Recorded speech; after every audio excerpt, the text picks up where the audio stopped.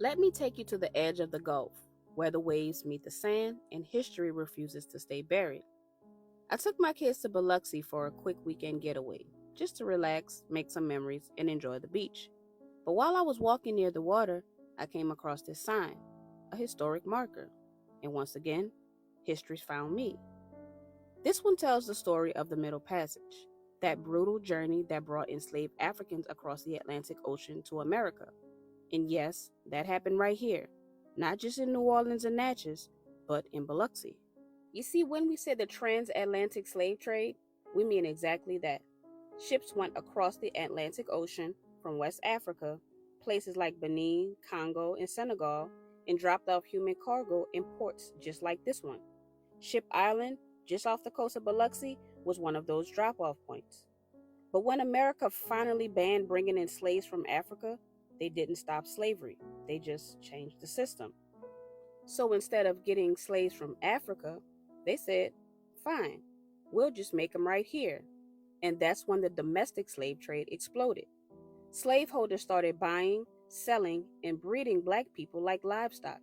They go to states like Virginia, where enslaved populations were overflowing, and buy people in bulk.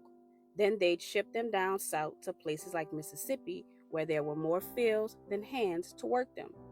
And that's where Mississippi comes in.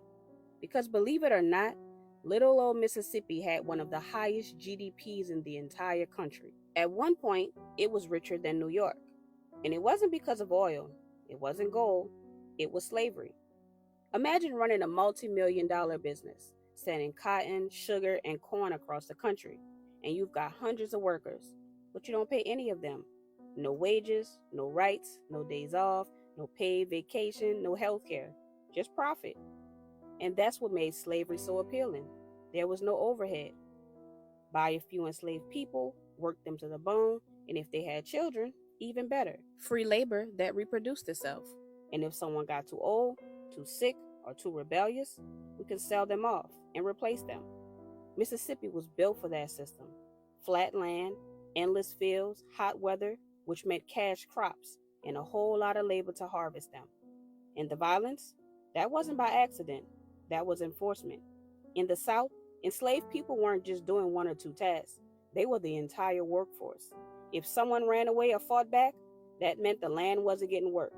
And the landowners, they weren't about to go do the labor themselves, so they used fear to control the system. Up north, slavery looked different. Fewer fields, smaller households, sometimes one enslaved person doing domestic works, something they could replace with a paid worker eventually. But down here, you couldn't afford for your slaves to be free. Not when you had 200 acres that needed tending, not when your entire fortune depended on it. And that's why Mississippi wasn't just part of the slave trade, it was built on it. And many of the same wealthy families from New Orleans were also deep in Mississippi. The same names, the same money, the same blood. Some owned property in both states. You remember the Nottoway plantation that recently burned? Well, the man who owned that had land here too. Huge cotton fields, not far from this very spot. So when we go deep into these stories, you're going to hear the same names come up again and again. Because this wasn't some one time event, it was a system built by the same people, powered by the same profits, spread across the same families. So when I stumbled on this sign in Biloxi, I wasn't just looking at a local history, I was looking at a piece of that system.